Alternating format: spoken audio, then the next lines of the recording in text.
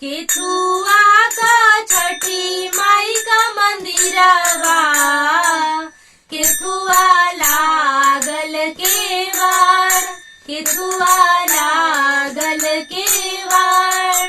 सोनावा का छठी माई का मंदिरवा, रूपे लागल केवाड़, रूपे लागल केवाड़।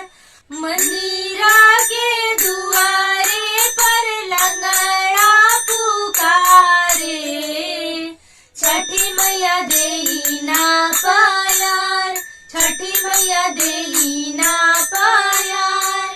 मंदिरा के दुआरे पर अंधा पुकारे, छठी मैया देई ना नयन, छठी मैया देई ना नयन।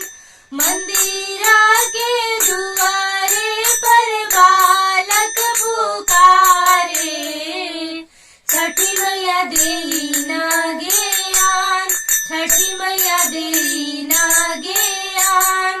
मंदिरा के दुआरे पर बाझिन पुकारे, छठी मैया देई ना बालक, छठी मैया देई ना बालक।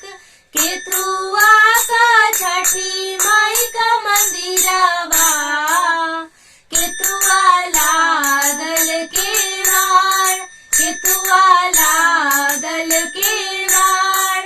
सोनावा का छठी माई का मंदिरवा, रूपे लागल केवाड़, रूपे लागल केवाड़। अगर आपको हमारा गाना अच्छा लगे तो हमारे चैनल को लाइक, शेयर एंड सब्सक्राइब जरूर करें और बेल आइकन प्रेस करें, जिससे कि हमारे गाने का नोटिफिकेशन आपको सबसे पहले मिल सके।